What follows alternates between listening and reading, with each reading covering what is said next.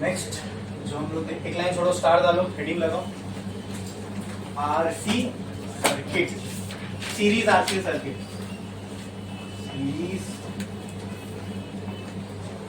RC circuit, ठीक है, series RC circuit. अब जितनी चीजें हमने सीरीज एलआर सर्किट के लिए डिफाइन की है वो सारी चीजें हमको किसके लिए भी डिफाइन करना पड़ेगा, आरसी सर्किट के लिए। लेकिन अब क्योंकि वहां पे हमारा काफी अच्छे से हो चुका है तो ये आपको बिल्कुल ऐसा लगेगा बस उसकी एनालॉजी यहाँ पे अप्लाई करते जा रहे हैं, ठीक है, एकदम पैटर्न मिल जाएगा आपको। आरसी सर्किट में सबसे पहले क्या बनाओगे, सर्किट डायग्राम।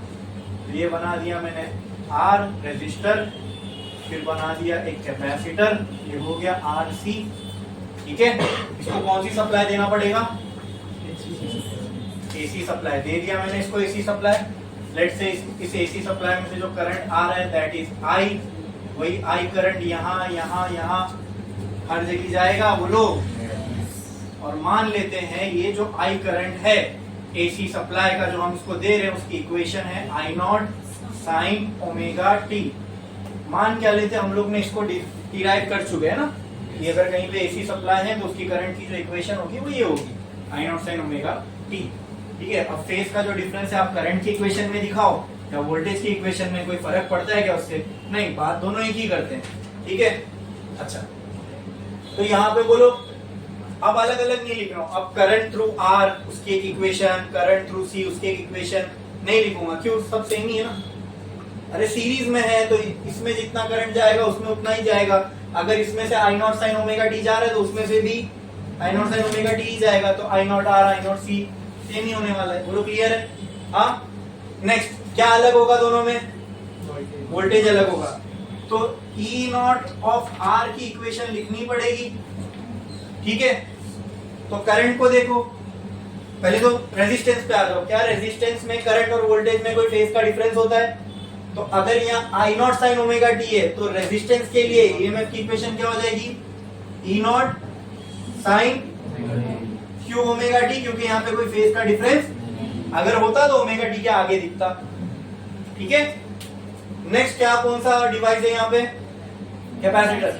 बताओ कैपेसिटर में करंट और वोल्टेज में फेज का क्या होता है, डिफरेंस होता है, कौन आगे होता है कौन पीछे होता है, करंट आगे होता है और वोल्टेज कितना पीछे होता है, तो कहना है से E not of C, sorry E naught नहीं, equation EMF of C will be equal to, ये हो गया ई नॉट ऑफ आर, ये हो गया E not of C, sign बोलो omega T plus minus pi by 2। वो वहां पे हमने ई नॉट आर ई नॉट सी लिखा था, ई नॉट एल लिखा था क्या, तो उसकी भी इक्वेशन में ये लिख लो जाके, ठीक है। E not of R E not of L, वहां पे तो एल होगा, ई नॉट ऑफ एल, ठीक है, लिख लो। ये ई लिखे थे ना यहाँ पे, हाँ यहाँ पे ई था ना, यहाँ पे क्या था, ई आर ई एल, बस यहाँ ई नॉट, वहां पे वो ई नॉट को भी सही कर लो, ई नॉट ऑफ आर और ई नॉट ऑफ एल, ठीक है, एल आर में हो गया इतना, ठीक है। तो आ गई हमें करंट की इक्वेशन और वोल्टेज की इक्वेशन। अब इसके बाद क्या बनाना है इसका, तो चलो बनाते हैं फेजर डायग्राम। कैसे बनेगा, तो एकदम पहले कोई y एक्स वाला बनाते हैं, ये हो गई इसकी y एक्सिस, ये हो गई इसकी x एक्सिस, ठीक है। सबसे पहले करंट बना लो क्योंकि करंट तीनों में सेम है, तो करंट कितने फेज पर है, तो करंट की एक लाइन खींचोगे आप, ठीक है। ये हो गया आई नॉट, ये x एक्सिस से कितने पे होगा, ओमेगा टी पे, ये हो गया इसका फेज, ठीक है, इसका फेज दिखा दिया हमने। फिर रेजिस्टेंस भी कितना है x एक्सिस से, ओमेगा टी, तो यही लाइन पे आएगा, बस खाली थोड़ा सा आगे होगा क्योंकि उसकी वैल्यू बड़ी होती है, ये हो गया ई नॉट ऑफ, बोलो ओमेगा टी पे। नेक्स्ट अब सी, ई नॉट ऑफ सी बनाना है, तो करंट की और इसकी इक्वेशन को देखो, कितने फेज का फर्क है, माइनस पाई बाय 2, मतलब ओमेगा टी से 90 पीछे आएगा कौन, ई नॉट ऑफ सी। तो यहां से यहां तो मैं चला गया ओमेगा टी, अब इससे 90 पीछे आना मतलब ये कुछ ऐसा होगा, कर चुके हैं ना हमने ऐसा, ये एंगल कितना होगा और ये क्या हो जाएगा ई नॉट ऑफ सी। बोलो क्लियर है, समझ में आया, पक्का? कुछ डाउट है इसमें? अरे बोलो।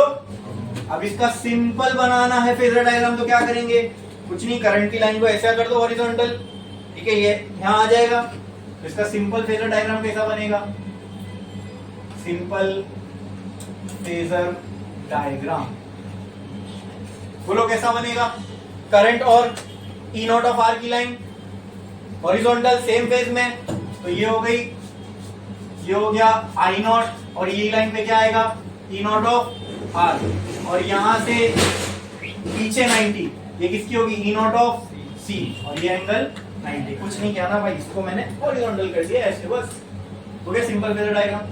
वहां पे उल्टा बना था, ये ई नॉट ऑफ एल ऊपर आया था। बोलो क्लियर है? हाँ, नाउ टेल मी, ये वेक्टर से अब यहाँ पे दोनों एक्सिस पे सेम क्वांटिटी है ना? ईएमएफ है रेजिस्टर का, ईएमएफ है कैपेसिटर का। तो अब मैं पूछूं आपसे नेट ईएमएफ कितना होगा, तो कैसे निकलेगा? कैसे? हाँ, ऐड करके नहीं, वेक्टर क्वांटिटी को डायरेक्ट ऐड नहीं कर सकते, ये तो वेक्टर है नहीं, लेकिन वेक्टर जैसा हम इसको यहाँ रिप्रेजेंट कर रहे हैं, पर इससे एक ही हेल्प मिलेगी हमको कि हम इजीली इसकी इक्वेशन निकाल सकते हैं। बोलो हाँ, इन दोनों का क्या निकलेगा? एक हाँ, क्या निकलेगा? रिजल्टेंट निकलेगा, जिसको हम नेट ईएमएफ बोल सकते हैं। कैसे होगा वो? दोनों के सेंटर से आएगा, ऐसे बीच से एक लाइन निकलेगी, ये लाइन किसकी होगी? ये हमको किसकी वैल्यू देगा? ये लेंथ हमको किसकी वैल्यू देगी? ई नेट की, ठीक है। अब ये ई नेट एक्स एक्सिस से कितने एंगल पे होगा? बस, या करंट से बोल सकता हूं मैं, ये एंगल कितना हो गया? 5। तो अगर मुझे ई नेट की इक्वेशन बनानी है तो सोचो क्या आएगी? कोई बता सकता है मुझे? ई नेट की इक्वेशन अगर मुझे बनानी है तो क्या आएगी? आई नॉट साइन, बोलो, तो एक काम करो, वो चीज आपको यहां से अच्छे से क्लियर होगी, यहां से अच्छे से क्लियर होगी। ये ई नॉट ऑफ आर की लाइन है, ये ई नॉट ऑफ सी की लाइन है, इन दोनों के बीच से ये ऐसा निकलेगा ना, ऐसा निकलेगा ना। यहां नहीं बनाता, उसको वहीं अलग से बना देता हूं।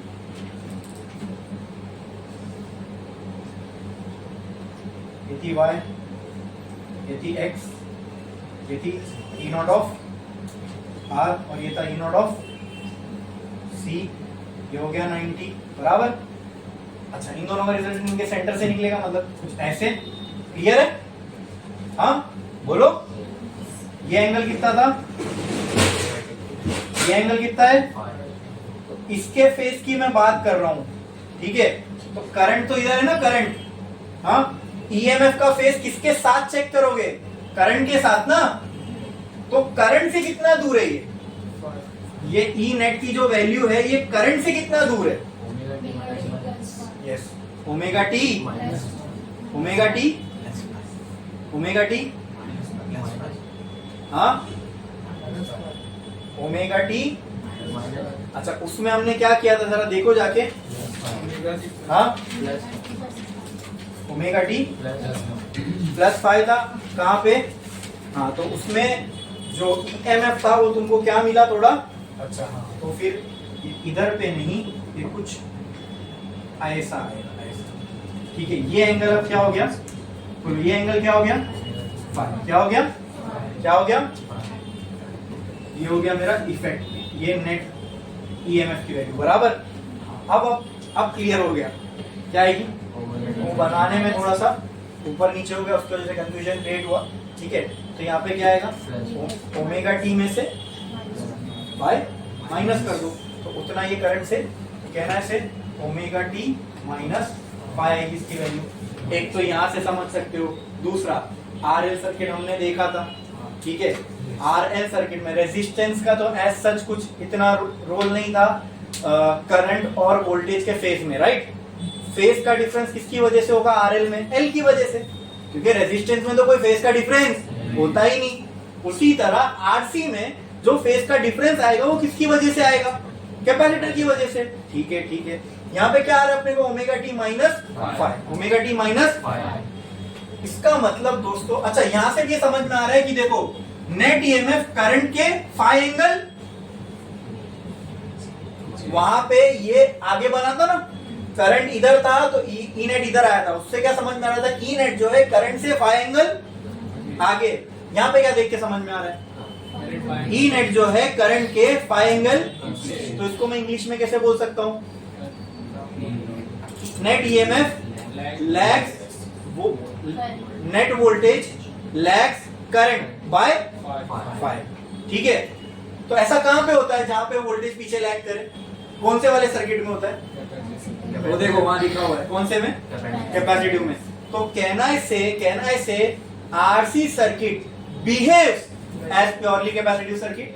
हाँ, पर वो करने के लिए हमको इसमें ईएमएफ जो है पीछे मिलना ही था, मिला, बराबर है, क्लियर है, इसकी भी क्लैरिटी आ गई। मैं जो नेट बना रहा था मुझे इस साइड पे नेट बनाना चाहिए था, यहां बन गया। ठीक है, क्लियर है, समझ में आया, बोलो। तो क्या ये इक्वेशन ये बता भी रही है फेज का डिफरेंस, और कौन लैग करेगा कौन लीड करेगा, ये भी इससे क्लियर है, क्लियरली समझ में आ रहा है। Omega T minus five, current से ये पीछे होगा, माइनस लग गया ना, सिंपल समझ में आ रहा है। करंट में क्या है, ओमेगा टी माइनस फाइव, मतलब ओमेगा टी में फाइव माइनस करोगे तो वहां तुमको कौन मिलेगा, ईएमएफ मिलेगा। बोलो क्लियर है। तो कहना है for an RC circuit voltage lags current, बराबर, और फॉर आरएल सर्किट वोल्टेज, तो वहां पे जाके एक बार लिख भी लो, लास्ट में एंड में लिख लो, लास्ट में जाके एक बार लिख लो आरएल सर्किट के एंडिंग में, in RL circuit voltage leads current, voltage leads current by an angle five, by an angle five, और नीचे उसकी इक्वेशन लिख देना, E net by an angle five, ऐसा। ठीक है, और नीचे दो इक्वेशन लिखना, I is equal to I naught sine omega T, और दूसरी ई नेट की इक्वेशन लिखोगे, क्या लिखोगे, E naught sine omega T plus five, lead लिखे हो ना। इसी में मैं उल्टा भी कर सकता था, क्या, वो मैं लिखा नहीं रहा हूं, लेकिन ये कर सकता था आरएल में भी। क्या, अगर मैं ई नेट की इक्वेशन लिखता E naught sine omega T, तो आई क्या हो जाता, I naught sine omega T minus five, दोनों एक ही बात है, समझे, क्लियर है ना, समझ में आया, पक्का, इसमें किसी को कोई डाउट है तो एक काम करो, ये लिखे नहीं ना अभी तक, लिखेंगे जब तक। ओके, इसके लिए इक्वेशन समझ में आ गई एकदम। चलो इसको फिर वही ट्राइंगल वाला डंडे को यहाँ कर दो, तो क्या ये ट्राइंगल कुछ ऐसा हो जाएगा, देखो बताओ मुझे। ये हो गई ई नॉट आर की लाइन, ठीक है, ये हो गई ई नेट की लाइन, तब इसको यहाँ शिफ्ट करूंगा तो ये लाइन ऐसी आ जाएगी, ये किसकी है, ई नॉट ऑफ सी, ये हो गया 90, ये हो गया 5, तो बाय पाइथागोरस थ्योरम मुझे यहाँ बताओ, ये होगा ई नेट, हाँ, यहाँ पे ई नेट की वैल्यू क्या है, E naught square will be equal to E not of C the whole square plus E not of R the whole square. अरे ये रूट नहीं लगेगा ना अभी, तो अगर ये हटा दूं तो यहाँ लग जाएगा रूट, हाँ, तो ये किसकी वैल्यू आ गई, किसकी वैल्यू आ गई, ई नेट की, किसकी, तो यहां से हम देखते हैं आगे इंपीडेंस क्या मिलेगा, देखें। चलो आप मुझे बताओ, अब वो V equal to I R, तो इसकी जगह पे मैं ये लिख सकता हूँ E equal to I R, हाँ, तो क्या यहाँ लिख सकता हूँ E not is equal to I not into R, लिख सकता हूँ, कहना है right, E not of R is equal to I not of R into R, ये हो गया रेजिस्टर की वैल्यू E नॉट की, आ गई। Now tell me what will be, यही लिखता हूँ, चलो, E equal to I R, तो E not will be equal to I not into R. अगर मैं बोलूं E नॉट ऑफ C लिखना है मुझे, तो यहाँ क्या आ जाएगा, बोलो आई नॉट, ठीक है, यहाँ पर R नहीं लिख रहा हूं, चलो लिख देता हूं, I not of C into resistance of capacitor, क्या होता है, वेरी गुड, एक्स सी, तो यहाँ पे से अपने को ई नॉट ऑफ सी की भी वैल्यू आ गई। अब क्या करेंगे, बोलो क्या करेंगे, ई नॉट ऑफ आर आ गया, ई नॉट ऑफ सी आ गया, इस इक्वेशन में पुट कर दो, इम्पीडेंस की वैल्यू मिल जाएगी।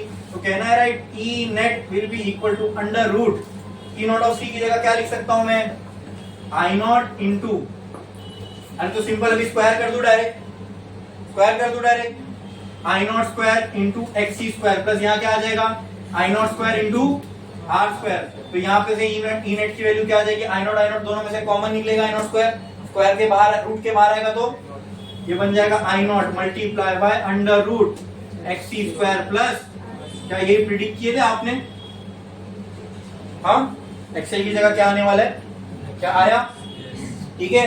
चलो अब वो एक ग्रंथ लिखना पड़ेगा यहाँ पे, comparing above equation with equal to I R, here under root X C plus R is in the place of R, ठीक है, which we call as impedance, बोलेंगे इम्पीडेंस ही, लेकिन हर सर्किट में इम्पीडेंस की वैल्यू अलग अलग होगी, क्लियर है, ठीक है। तो यहां लिख देते हैं comparing above equation with P equal to IR, so we can see that under root xc square plus r square is in the place of, बोलो, अरे बोलो, in the place of r, which is called as impedance। अब इसके बाद जब करेंगे तो उसमें ये लिखा हुआ नहीं है, स्टेटमेंट पूरा आपको ही लिखना रहेगा, ठीक है, कॉल्ड एज इम्पीडेंस। तो कहना है से z is equal to under root X C square plus ये हो गई z की वैल्यू। तो इस इक्वेशन को क्या मैं ऐसा भी लिख सकता हूँ, E net is equal to I not into Z, हाँ कि ना, अरे बोलो, आ गया, यहीं तक किए थे। इसके बाद क्या किए थे हमने, एक स्टेप बाकी था, क्या किए थे और इम्पीडेंस ट्रायंगल निकाले थे। तो कोई इम्पीडेंस ट्रायंगल क्या देख के बनाओगे, वो फेजर डायग्राम है, ठीक है, वो एज इट इज बना दो। जहां ई नॉट ऑफ आर है तो यहाँ पे क्या आ जाएगा, बोलो, वहां ई नॉट ऑफ आर था तो यहाँ क्या आ जाएगा, अरे बोलो ना, आर आ जाएगा, ये लाइन पे एक्स सी, इन दोनों का रिजल्टेंट क्या होगा, कितने एंगल पे होगा, बस खत्म। इसको पैरेलल शिफ्ट करो, इसको यहाँ शिफ्ट करो, तो ये लाइन हो गई आर की, यहाँ शिफ्ट करो, ये लाइन हो गई एक्स सी की, ये लाइन हो गई, ये हो गया 90, ये हो गया खत्म, क्लियर है।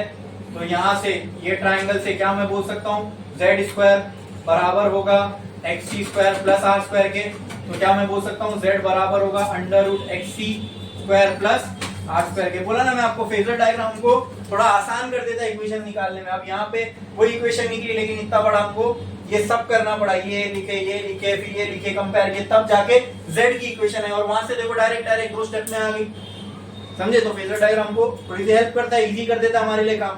बोलो क्लियर है। अब यही है impedance triangle for RC circuit.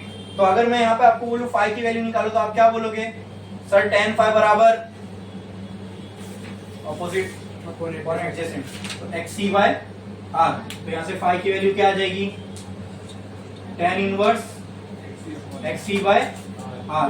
तो देखो अगर आप गौर करोगे तो यहाँ पे फाई की वैल्यू दोनों में अलग अलग आ रही है, राइट, tan फाई की, सॉरी किसकी, लेकिन अगर मैं पावर फैक्टर की बात करूं वो क्या होता है, cos फाई बराबर, जरा चेक करो पावर फैक्टर क्या है,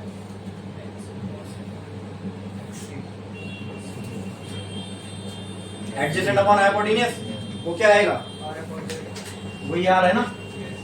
power factor purely capacitive circuit के लिए, क्या प्योरली कैपेसिटिव बोल रहा हूँ, ठीक है, क्या हो गया मुझे, क्या हो गया, पावर फैक्टर किसके लिए, आरएल सर्किट के लिए और आरसी सर्किट के लिए क्या आ रहा है, सेम आ रहा है।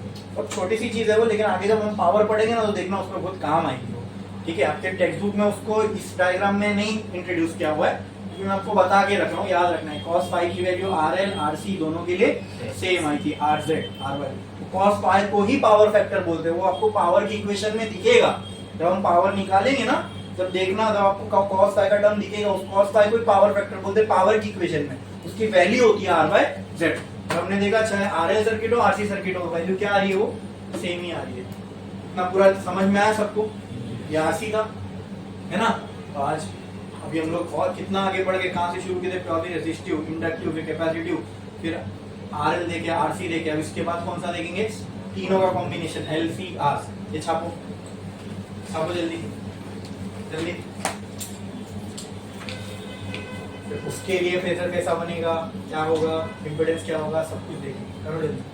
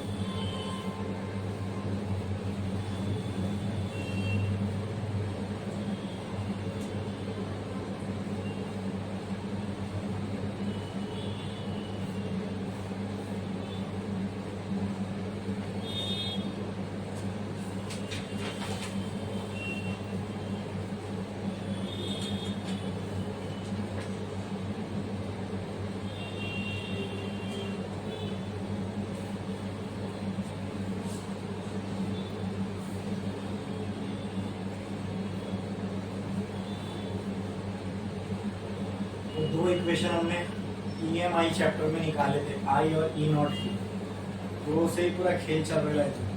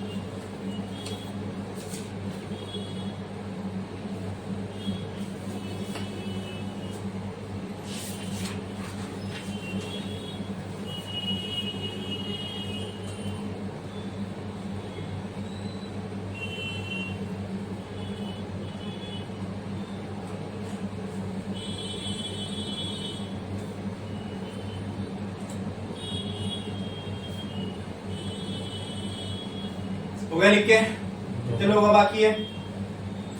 जल्दी।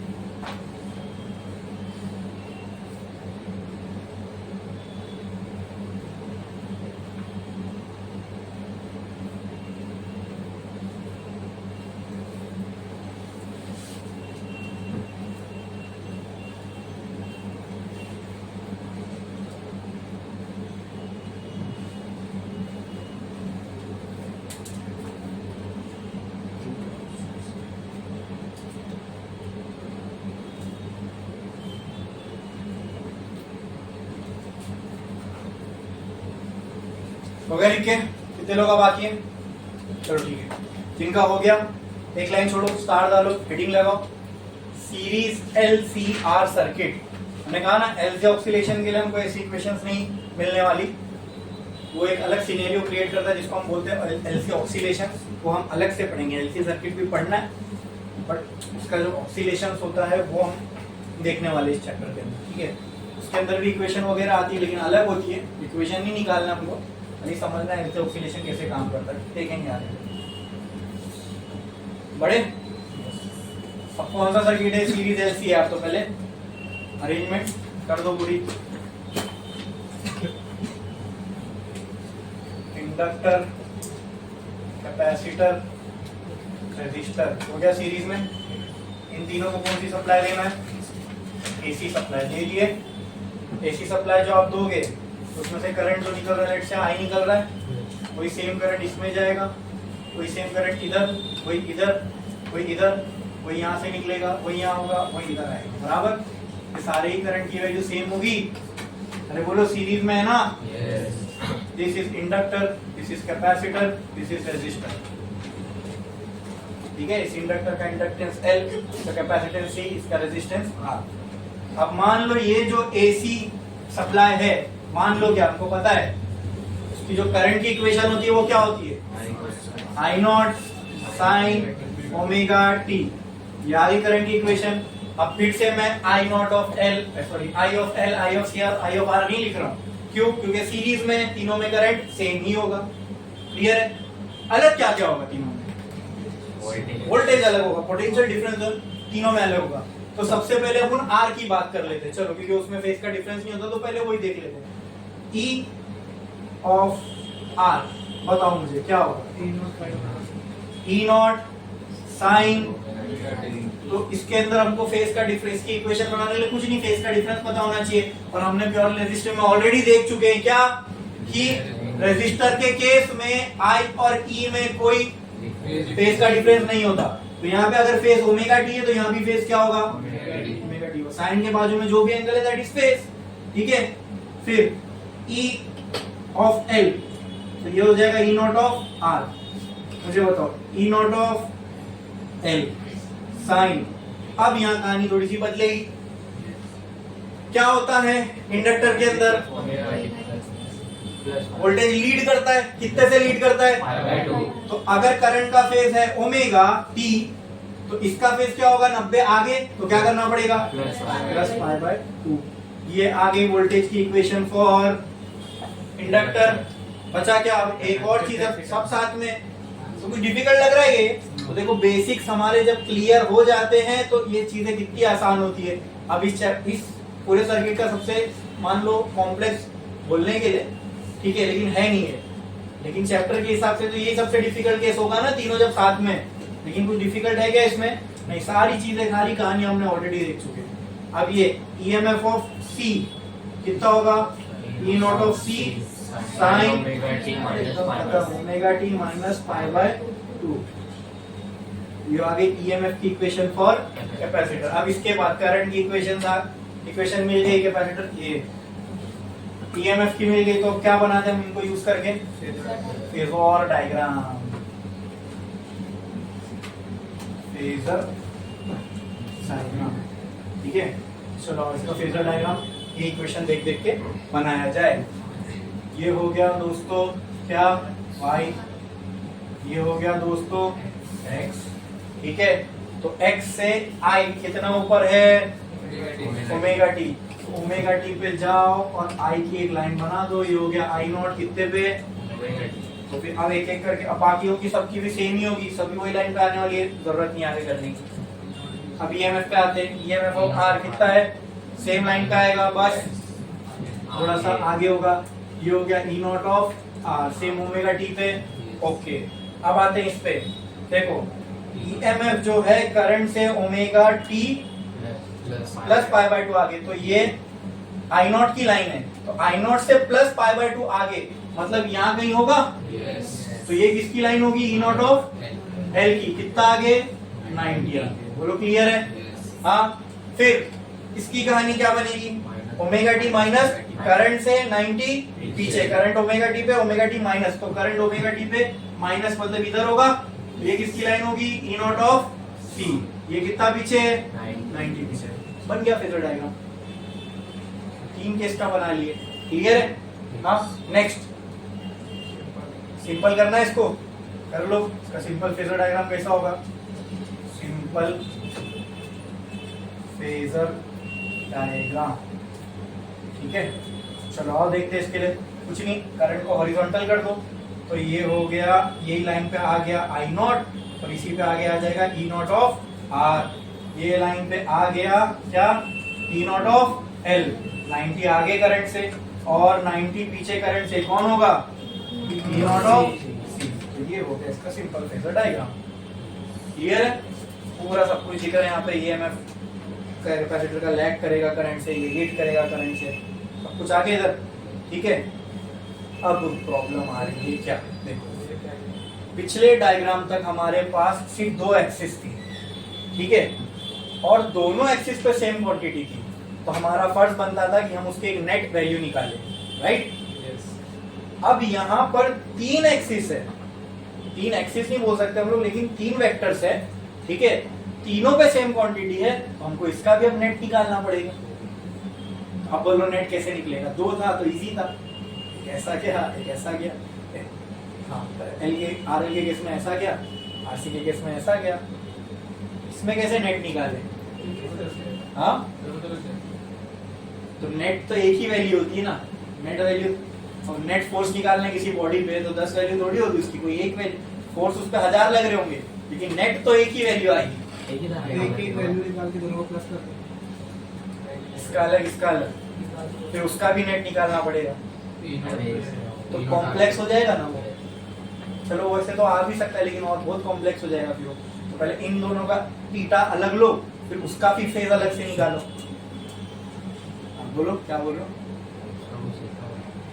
हाँ सीधा इधर मीरा रोड से कहाँ से लेंगे इसको, बोलो नेट लगाएंगे तो ऊपर नीचे, सॉरी थोड़ा सा लाउड, ई नोट के आगे लगा देंगे, ई नेट ई नॉट के आगे, अच्छा मतलब ये तीनों का नेट इफेक्ट जो है इससे और थोड़ा सा आगे निकले। हाँ अप्रोच सही है, मतलब सोचने के हिसाब से लॉजिकली आप सोच रहे हो कि हाँ चलो ये इधर जा रहा है इधर जा रहा है, बीच में कहीं होना चाहिए, तो नेट है तो सब तीनों से भी ज्यादा होगा, तो उसके आगे ठीक है, ठीक है वो सोचना भी ठीक है, लेकिन सही नहीं है वो, ठीक है। आपने लॉजिकली अच्छा दिमाग लगाया, बट इस केस में वो नहीं राइट बैठेगा। तो इसके लिए मैं भी आपको हेल्प करता हूँ, हम लोग एक अजम्पशन लेंगे, ठीक है। अब वो अजम्पशन क्या है सुनो ध्यान से देखिए, एनसीआर सर्किट में फंस गए ना, यहाँ आगे फंस गए ना, प्रॉब्लम आ रही ना। अब कहाँ नेट ईएमएफ अगर इसका निकालना है तो कैसे निकाले, अब तो 3-3 लाइंस आ रही हैं, तो इसका नेट कैसे निकलेगा, समझे आप, समझे। यहाँ हम लोग स्टक हो गए, तो अब यहाँ पे हमको एक अजम्पशन करना पड़ेगा। वो अजम्पशन क्या है वो मैं आपको बता रहा हूँ, ध्यान दीजिए। सीधी सी बात है, ये मेरे बिना बताया आपको आप पता भी नहीं चलता, ठीक है। बट मैं चाह रहा था आप लोग थोड़ा लॉजिक लगाओ, आपने लगाया, मुझे आपकी सोच को समझना था कितनी डेवलप हुई, तो अच्छा लगा मुझे आपने जो भी दिमाग लगाया है ना। उसने कहा कि ऐसा 2 निकालो फिर उसका नेट निकालो, वो भी अप्रोच मुझे सही लगा। शोएब ने जो कहा वो भी सही था, ठीक है। तो सोचा आपने, मतलब दिमाग से थोड़ा काम करवाया, ठीक है,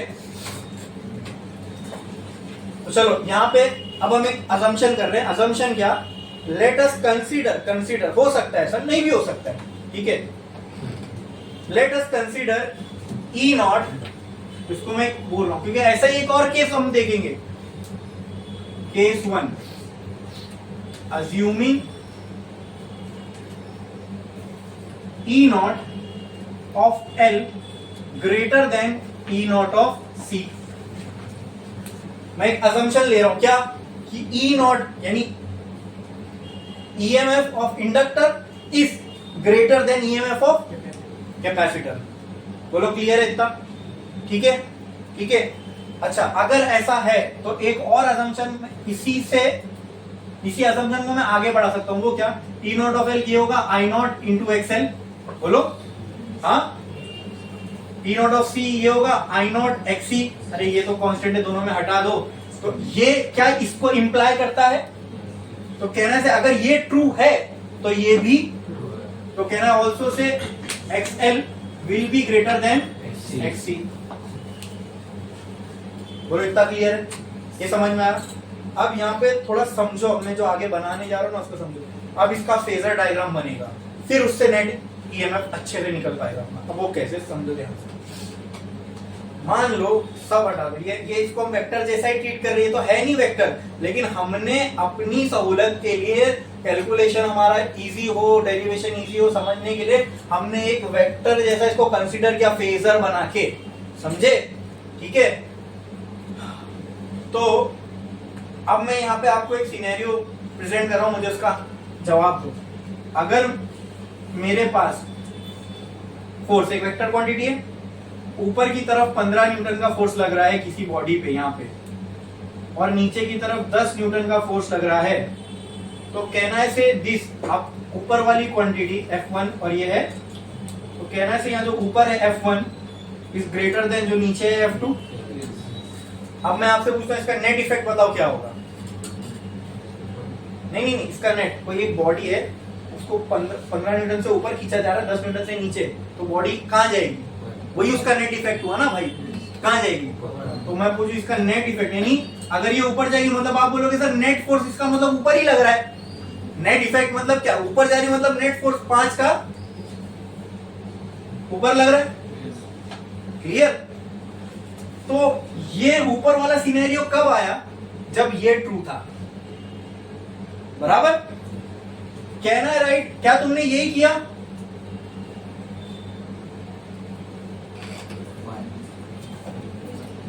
हाँ, क्या यही किया तुमने। तो ये जो वेक्टर बना इन दोनों का नेट वेक्टर था, और क्या इसकी वैल्यू ये थी, हाँ। तो थोड़ा सिंक कर लो, समझ में आया क्या बोल रहा हूं मैं। ये एक वेक्टर क्वांटिटी अपवर्ड 15 न्यूटन की, नीचे 10 न्यूटन की, तो इस यहाँ पे अगर कोई एक चीज है तो उस पर नेट इफेक्ट कहां पे आएगा, ऊपर की तरफ। अब ये एफ नेट, इसमें बोलो ऊपर की तरफ से कितना फोर्स लग रहा है, ऊपर की तरफ जाएगी, कितने फोर्स से जाएगी, 5 के। तो कैसा बताया हुआ आपने, तो मतलब ये, हाँ। तो अगर इसके नेट फोर्स का वेक्टर बनाना हो तो वो कहां होगा, ऊपर की तरफ। उसकी वैल्यू क्या होगी, F1 माइनस। तो सेम भाई ये पूरी पिक्चर यहाँ अप्लाई कर लो। जैसे ये ऊपर वाली बड़ी क्वांटिटी थी, तो यहाँ पे वही तो क्या मैंने, E नॉट ऑफ L बड़ा है, E नॉट ऑफ C छोटा है। तो इन दोनों का अगर मैं नेट इफेक्ट देखूंगा तो यहाँ पे क्या आएगा, बोलो, yes, E not of L minus E not of C। बस यही समझाना था मुझे, समझ गए आप, ठीक है, बस यही समझना था और कुछ भी नहीं, ठीक है, क्लियर है। इससे तो कोई लेना देना नहीं, क्योंकि इसको खींचने वाला कोई है ही नहीं। आप समझे, हमने क्या किया, इसकी वैल्यू ज्यादा, इसकी वैल्यू कम, ठीक है। ऊपर जोर ज्यादा लग रहा है, नीचे जोर कम लग रहा है, तो नेट इफेक्ट यही होगा, नेट इफेक्ट ऊपर की तरफ ही होगा, और इसकी वैल्यू यही होगी। इसको कोई यहाँ से खींचने वाला नहीं है, ये अपना चुपचाप ऐसा ही रहेगा, E नॉट ऑफ R, यहाँ पे छोटा सा I नॉट। बोलो क्लियर है, हाँ पक्का। ये एंगल अभी भी वही है 90, क्लियर है, समझ में आया क्या। अब ये दो सेम क्वांटिटी है, EMF, हाँ, क्या इसका नेट निकल सकता है, हाँ। अब इसका जो नेट निकलेगा उसमें तीनों रहेंगे, क्योंकि देखो एल और सी यहाँ आ गए, एल और सी का ईएमएफ यहाँ आ गया, आर का ईएमएफ यहाँ आ गया। अब जो भी नेट निकलेगा वो तीनों का निकलेगा ना, जो भी नेट ईएमएफ यहाँ से निकलेगा वो उसमें तीनों आ जाएंगे। जब तीनों आ रहे तो बस बात खत्म ना, नेट आ गया। समझे कि नहीं समझे? अब यहाँ पे हम जहाँ स्टक हुए थे तो उसके आगे अब कैसे बढ़े समझा? हाँ, ये फेजर में क्या चेंज किया समझा? कंजम्पशन किए, ठीक है। एक अच्छा मैंने क्या कहा, ये हो भी सकता है, ये नहीं भी हो सकता है। तो ये नहीं होगा तो इक्वल वाला केस तो ये है, इक्वल के केस में ही ऐसा होगा ना, ये ऊपर ये नीचे। एक केस मैंने ये लिया, दूसरा केस क्या हो सकता है? E not of C greater than, और वहां पे क्या ये हो सकता है, वो भी एक केस देखेंगे इसके बाद। समझे? बस आ गई क्लैरिटी। और क्या, अब यहां से जो निकलेगा ये वेक्टर, ये क्या होगा? ई नेट का। ये ई नेट यहां से कितने एंगल पे होगा? फाई। तो सिंपल है भाई, यहाँ पे आपको करंट और नेट के बीच में फेज का डिफरेंस दिख रहा है, दिख रहा है। तो आप क्या बोल सकते हो यहाँ से, ई नेट की जो इक्वेशन बनेगी वो क्या होगी? ई नॉट साइन, करंट तो ओमेगा टी पे ही है, करंट ई नेट आगे दिख रहा है पीछे दिख रहा है, तो क्या आएगा? Plus five. खत्म। तो एलसीआर के लिए भी हमने ई नेट की इक्वेशन निकाल ली। समझे? पक्का पक्का। अच्छा यहाँ पे सोचो, हाँ सोच के देखो, यहाँ पे ईएमएफ करंट को क्या कर रहा है? क्या कर रहा है? लीड कर रहा है। अरे ऐसा कहाँ होता था? कहाँ? इंडक्टिव में। तो उस लॉजिक से सोच के देखो, हमने यहाँ पे इंडक्टर को तो डोमिनेटिंग माने, इंडक्टर को डोमिनेटिंग माने ना हमने यहाँ पे, इसको ग्रेटर वैल्यू दी है किससे? तो पूरा सर्किट किसके जैसा बिहेव करने लगा? वो आगे नहीं वैसी। हाँ, तो हमने डोमिनेटिंग बना दिए ना, इसकी वैल्यू बढ़ा दिए और वो वैसी बिहेव करेगा जो डोमिनेटिंग है। बोलो क्लियर है? समझा? पक्का?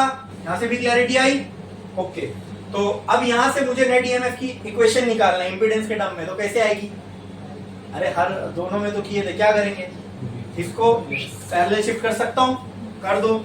ये ट्रायंगल बना दो, तो ये क्या हो जाएगा? ये लाइन हो जाएगी ई नेट की, ये लाइन किसकी हो जाएगी? E not of L minus E not of C. ये लाइन किसकी हो जाएगी? E not of R. ये एंगल क्या हो जाएगा? फाइव, और ये हो जाएगा। अब यहाँ पाइथागोरस अप्लाई करो तो क्या आएगा? बोलो। ई नेट बराबर, चलो यहाँ ई नेट का स्क्वायर बराबर ये स्क्वायर प्लस ये स्क्वायर, तो कहना है right E not of R का स्क्वायर प्लस, बोलो ये ऐसा होगा E not of L minus E not of C the whole square. और अगर मैं यहाँ से स्क्वायर हटा दूं तो ये पूरी कहानी किसमें आ जाएगी? रूट के अंदर। क्या इसमें किसी को कोई डाउट है? इसमें सबको पूरी क्लैरिटी है? बोलो बोलो। हाँ, नहीं समझा? समझा ना सबको? चलो अब इसके आगे की कहानी लिख रहा हूं। देखो फिर क्या करते थे हम लोग? V is equals to I R, लेकिन यहाँ तो हम E equal to I R देख रहे हैं, बराबर। तो E नॉट के बराबर क्या हो जाएगा? I not into are. तो अगर मैं E नॉट ऑफ आर की बात करूं तो ये इक्वेशन क्या हो जाएगी? I not of R into R. ये एक इक्वेशन आ गई। फिर अगर मैं E नॉट ऑफ एल की बात करूं तो यहाँ क्या आ जाएगा? I not of L into X L. फिर ई नॉट ऑफ सी की बात करूं तो यहाँ पे क्या आ जाएगा? I not of C into सी। कोई डाउट है इसमें? क्या ये सारी वैल्यूज उठा के मैं यहां रख सकता हूं? हाँ, रख सकता हूं। रख दूं क्या इधर? आइए जगह देखते हैं। ई नेट बराबर under root I naught square into R square आ जाएगा, ठीक है।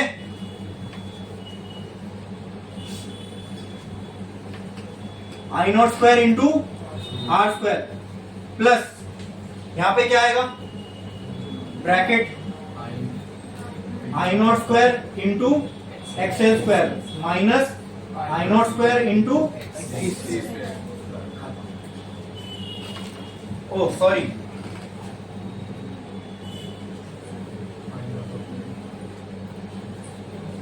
पूरे के ऊपर स्क्वायर है ना? क्लियर? अरे बोलो। हाँ, इतना समझ में आया? ये आई नॉट एक्स एल है और ये एक्स सी है। काम करो, ये छाप लो, फिर बोर्ड खाली होएगा तो फिर आगे का करते हैं। करो जल्दी, करो जल्दी।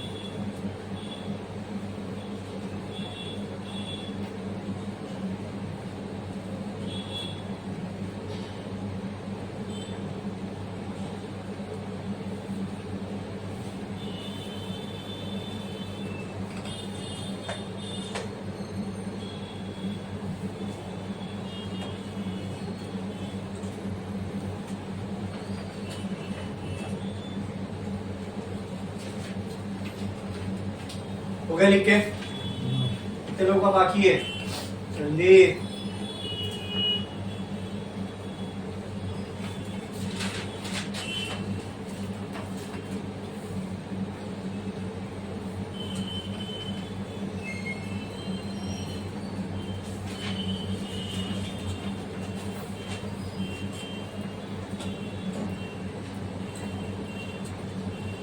फेजर वाला पार्ट तो हो गया होगा।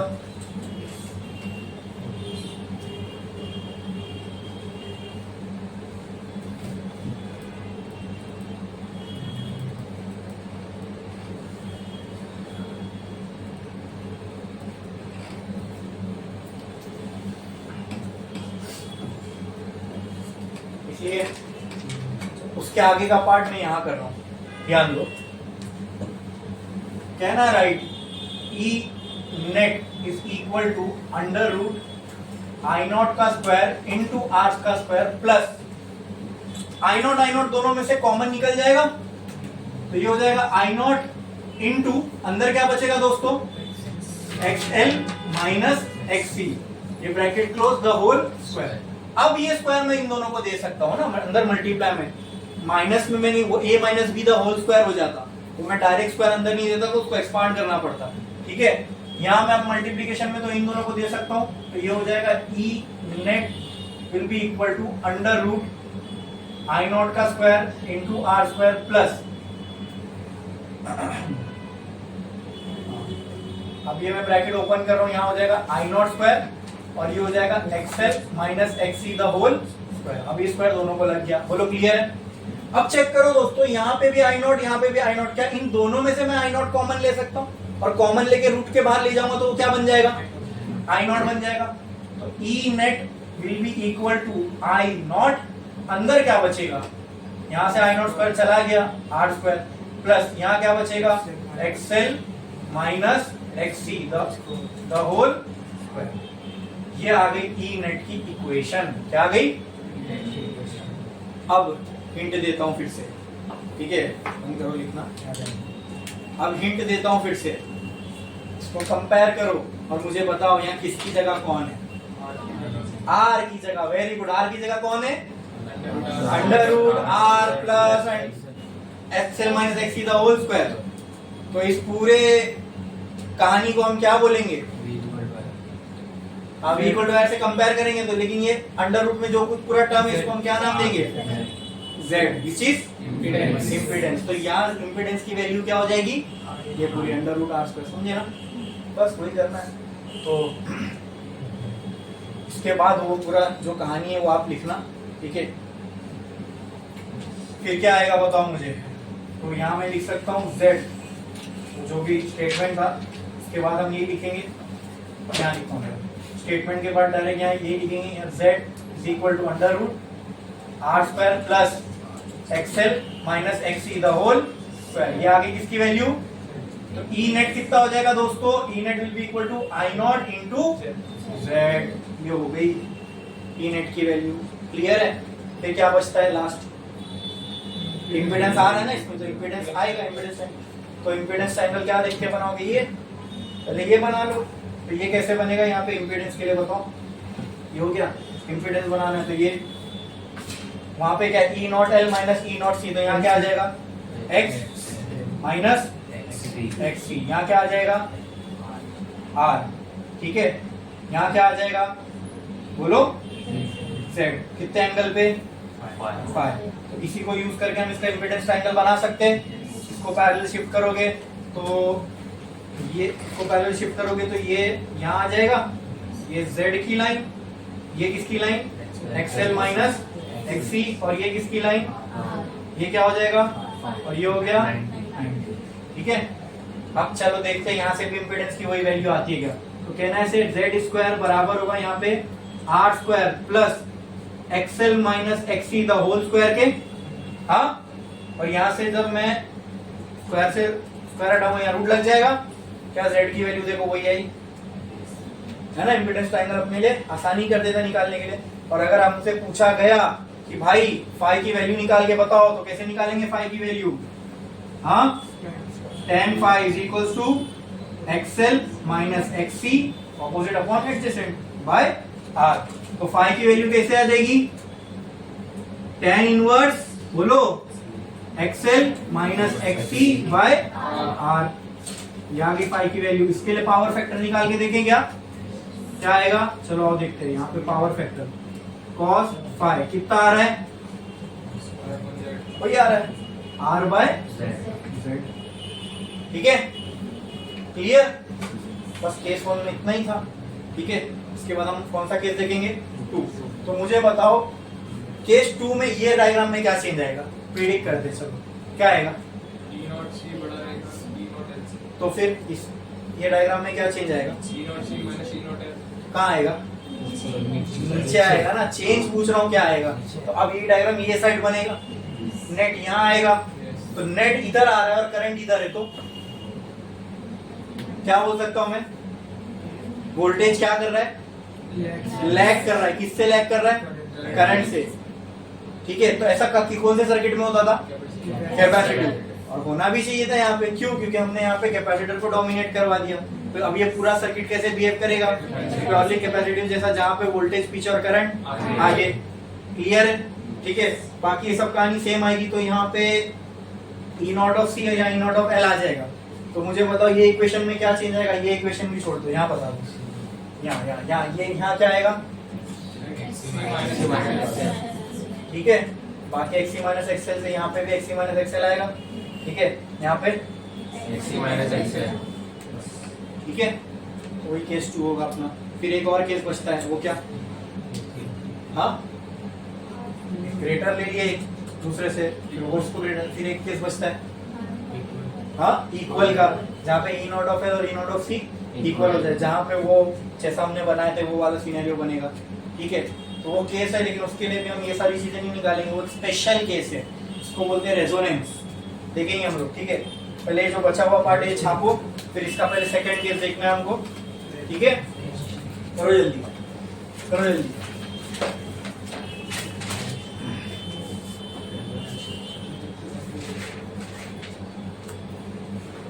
अब ये मिटा इसलिए दे क्योंकि अब दोबारा फेजर यहाँ बनाने की जरूरत नहीं है, वो एक ही बार की कहानी थी, उसी को देख के आपको दोनों केस बनाने।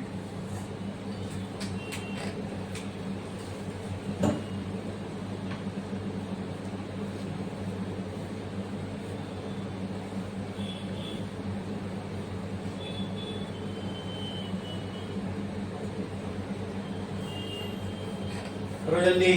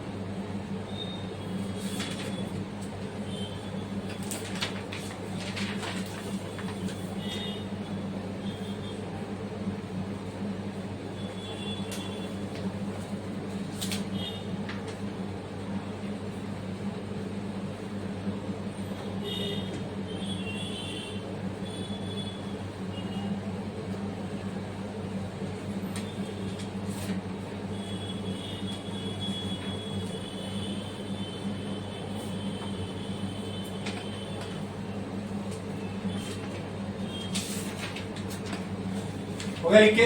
कितने लोग बाकी है? नेक्स्ट डिस्कशन करते हैं। फिर जहां हम फंस रहे थे वहां हम फंस क्यों रहे थे? क्योंकि 3 लाइन आ रही थी और तीनों पे ईएमएफ था, और इन तीनों का हमको क्या निकालना था? नेट ईएमएफ क्या होगा सर्किट का, राइट? तो हम वो केस में हम निकाल ही नहीं सकते थे, क्योंकि नेट हम तभी निकाल सकते क्योंकि हम जब हमारे पास 2 वेक्टर हो। ठीक है, तो उसके लिए हमने क्या किया? एक अजम्पशन लिया। अजम्पशन ये लिया कि ऊपर वाला वेक्टर बड़ा है, नीचे वाला छोटा है। तो ये अजम्पशन हो भी सकता है, नहीं भी हो सकता है। तो इसका काउंटर पार्ट क्या हो सकता है कि ईसी बड़ा हो और ये छोटा हो। तो केस 2 बोल रहा हूं मैं उसको, ठीक है। और यहां बोल सकता हूं मैं E not of C is greater than E not of L.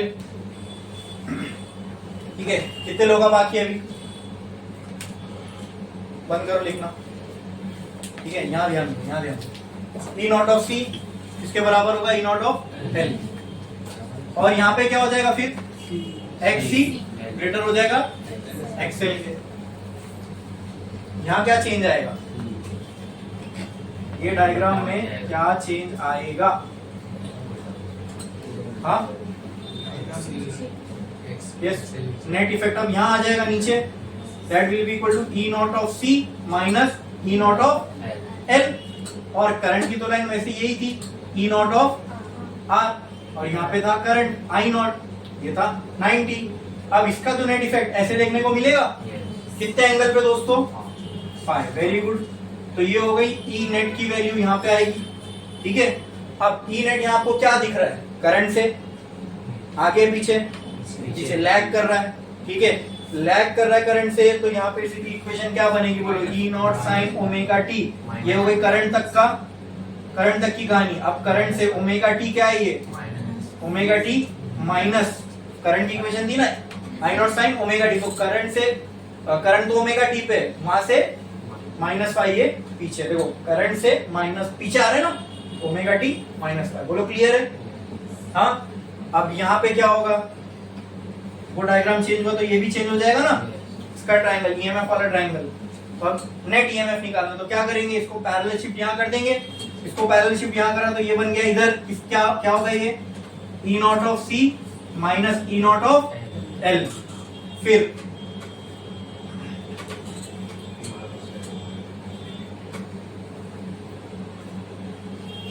है ना, अरे ये ऊपर की लाइन वैसी ही है, ये वैसी ही है, खाली इसको यहाँ हमने शिफ्ट किया, ये हो गया ई नेट, ये क्या रहेगा, ई नॉट ऑफ आर, ये हो गया 90, ये हो गया 5। क्लियर है? तो इस हिसाब से ई नेट किसके बराबर होगा, ई आर स्क्वायर प्लस ये पूरे के स्क्वायर के, लिख दिया यहाँ पे। और यहाँ चेंज क्या आएगा, यहाँ सी होगा, यहाँ पूरे का स्क्वायर। बोलो क्लियर है? हाँ, ये इसमें तो कोई चेंज नहीं आएगा, ये फॉर्मूले में तो कोई चेंज नहीं आएगा, ठीक है। बस यहाँ पे ई नॉट ऑफ सी पहले, तो यहाँ आई नॉट और एक्स सी आ जाएगा, फिर यहाँ आई नॉट और एक्स एल आ जाएगा। क्लियर है? इसमें किसी को कोई डाउट, कोई दिक्कत, कोई परेशानी है तो बोलो, पक्का? आगे वो दोनों में से मैं आई नॉट को कॉमन ले सकता हूं, अंदर क्या बचेगा, एक्सी माइनस एक्सएल, ठीक है। फिर दोनों को स्क्वायर लगा दिया तो यहाँ भी अंदर क्या बचेगा, एक्सी एक्सएल, ठीक है। आई नॉट को कॉमन लेके बाहर रख दिया, अंदर क्या बचेगा, यहाँ एक्सी और यहाँ एक्सएल। और मैं आपको बताऊं, ये एक्सी माइनस एक्सएल हो या एक्सएल माइनस एक्सी हो, वैल्यू सेम ही आने वाली, क्योंकि स्क्वायर हो रहा है। आप एक्सी बड़ा रखोगे, ठीक है, एक्सएल छोटा रखोगे। अच्छा, पुराने वाले केस में पूरा एक्सएल और एक्सी लिखा हुआ था, मैं उसको चेंज नहीं भी करता ना तो इससे कोई फर्क नहीं पड़ता, ठीक है। मान लो एक्सएल की वैल्यू छोटी हो जाती, एक्सी की वैल्यू बड़ी हो जाती, तो ये आंसर नेगेटिव आता, लेकिन स्क्वायर लगा हुआ है ना ऊपर, आंसर सेम ही आता, फर्क नहीं। लेकिन जब हम लोग जो पैटर्न में सीख रहे वही प्रॉपर चले, इसके लिए कोई कंफ्यूजन ना हो, तो मैंने जो हम सोचे थे वो कर रहा हूँ। क्लियर है? होना ऐसी चाहिए, नहीं भी करोगे तो कोई फर्क नहीं पड़ेगा। हाँ, यहाँ ध्यान रखना पड़ेगा, कहाँ पे, यहाँ पे, यहाँ नहीं कर सकते, ठीक है। बोलो क्लियर है? ये इसका स्टेटमेंट लिखे थे, नहीं लिखे ना, लिखना उसको, ठीक है। मैं आपको बताया था, एग्जाम में करोगे तो लिखना पड़ेगा। अब क्या, ये आ गया अपने को इसका ई नेट की वैल्यू। अब ये क्या हो गया, पूरा टर्म, ये पूरा टर्म क्या हो जाएगा, जेड इम्पीडेंस हो गया, ठीक है, ई नेट सेट। अब ये डायग्राम में भी चेंज आएगा, हाँ दोस्तों, ये डायग्राम में चेंज आएगा। अगर ये डायग्राम में चेंज आएगा तो फिर इसमें भी चेंज आएगा। बोलो, अब ये डायग्राम क्या देख के बनाओगे, ये, ठीक है। तो ये हो गया कौन सा वेक्टर, बोलो, नहीं, ये कौन सा आ जाएगा, बोलो बोलो बोलो, आर आएगा। ये एक्स सी माइनस एक्सएल, इसका नेट इफेक्ट यहां से निकलेगा, विच इज जेड। कितने एंगल पे, 5। इसका इंपीडेंस ट्रायंगल बनाना है, कैसे बनेगा, पैरेलल शिफ्ट कर दो, ये हो गई आर की लाइन, ये हो गई जेड की लाइन, ये हो जाएगी एक्सी माइनस एक्सएल, ये हो गया 90, ये हो गया 5, ठीक है। तो यहाँ tan फाई की वैल्यू क्या आ जाएगी, opposite upon adjacent, XC minus X L divided by R. तो फाई की वैल्यू हो जाएगी tan inverse X C minus X L divide by R. इसका पावर फैक्टर निकाल के देखो, वही आएगा आर बाय है ना। यहाँ पर भी वैल्यू चेंज कर दो, एक्स सी एक्स एल। इस ट्रायंगल से भी अगर हम z की वैल्यू निकाले तो यही आ रही है। बोलो क्लियर है, समझा क्या नहीं, डाउट है? ये मैंने इसलिए कट नहीं किया क्योंकि ये इक्वेशन के बेस पे सारी चीजें आई थी। इसके बाद जो फेजर डायग्राम था वो एक ही बार करना है, फिर उसी में चेंज करना है, पहला केस और सेकंड केस के मुताबिक, ठीक है। अब एक तीसरा केस बचा है जिसमें ई नॉट सी और ई नॉट एल क्या हो सकते हैं, इक्वल, ठीक है। लेकिन जब वो केस होता है we call it as resonance. वो रेजोनेंस है आपको अंदर के रूप में, लेकिन अगर वो स्टार्ट करूंगा तो फिर उसी के रिलेटेड है series resonance, parallel resonance, quality factor, सब एक साथ देखना पड़ेगा। तो हम वो एक केस को बचा के रखते हैं, क्योंकि वो एक केस अगर पढ़ाऊंगा तो उसके आगे की रिलेटेड टॉपिक भी साथ में ही लेने पड़ेंगे। तो वो एक केस अभी लूं, फिर उसके बाद पावर चालू कर दूं तो मजा नहीं आएगी। ठीक है, वो एक केस को रख के पूरा एक साथ करेंगे, इसके बाद अब हम पावर देखेंगे। ठीक है, प्योरली रेजिस्टिव सर्किट में पावर कितनी होती है। देखो रेजिस्टिव सर्किट में करंट जा रहा है, Yes. उसके वोल्टेज बन रहा है, नहीं बाप कौन है, वोल्टेज, उससे करंट बनेगा। ठीक है, वोल्टेज है, करंट बना, वोल्टेज करंट दोनों है तो पावर भी होगी, P equal to V I. Electrical power यही होती है, वोल्टेज करंट है तो इलेक्ट्रिकल पावर होगी। भाई पावर है, उसी के लिए तो आप पे करते हो ना, पावर बिल। ठीक है, तो हमारे को जो बिल आता है वो पावर कैलकुलेशन पे आता है, वोल्टेज करंट उसमें सब आ गए। ठीक है, फिर वो पावर कैलकुलेट की जाती है, फिर उसको पर आर मल्टीप्लाई किया जाता है, फिर उसका एक यूनिट बनता है, फिर ये एक यूनिट का एक भाव तय होता है, फिर जितनी आप यूनिट यूज करें उस हिसाब से आपको पैसे मिलते हैं, तो पैसे देने पड़ते हैं। ठीक है, ओके। तो आपको अगर ये सारी चीजें अभी जो आगे आगे हम लोग फॉर्मूला यूज करने वाले ना, वो यूज करके आप थोड़े, आपके दिमाग में ये भी आएगा कि अगर आपको पावर कम यूज करना है तो क्या चेंज करोगे तो पावर का कंजम्पशन कम हो सकता है। ठीक है, पावर कम यूज हो सकती है। ठीक है, कंपनी जो बिल मारती है वो तो रीडिंग देख के मारेगी ना, तो वो रीडिंग किसी चीज पे डिपेंड होगी, रजिस्टर, इंडक्टर, ये सारी चीजों पे। तो अगर आपको पता चले कि इसको वेरी करके पावर की रीडिंग में कम कर सकता हूँ, कर सकते हो ना सर्किट वगैरह लगा के। ठीक है, मालूम पड़ेगा, आइडिया मिलेगा, दिमाग लगा के कुछ आप हो सकता है डिवाइस बना लो, इसमें ये चीज कम कर रहा हूं मैं तो इससे मेरी पावर की रीडिंग कम है। आपको पूरी इक्वेशन, पावर की इक्वेशन में आपको दिखेगा कि पावर किस किस पे डिपेंड कर रही है। ठीक है, तो अब उसमें से आप क्या वेरी कर सकते हो कि पावर कम हो। पावर बढ़ाना तो किसी को नहीं है, जितना हम यूज कर रहे हैं वो रहे, लेकिन पावर की रीडिंग कम है, तो आपको इक्वेशन जब हम पावर की देखेंगे तो उसमें से समझ में आएगा। बोलो ये क्लियर है, ये समझ में आया पक्का? इसमें किसी को कोई डाउट है? छापो छापो।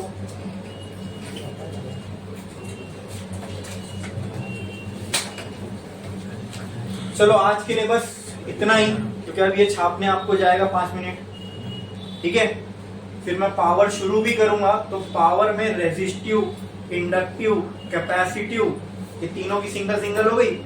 फिर हमको डायरेक्ट एलसीआर की पावर देखना है, तो मैं चाह रहा हूँ उस लिंक में साथ में हो, तो मजा भी आएगी, समझ में भी अच्छे से आएगा और पढ़ने भी तुमको मजा आएगी। ठीक है, जो कि 10 मिनट में हो नहीं सकता।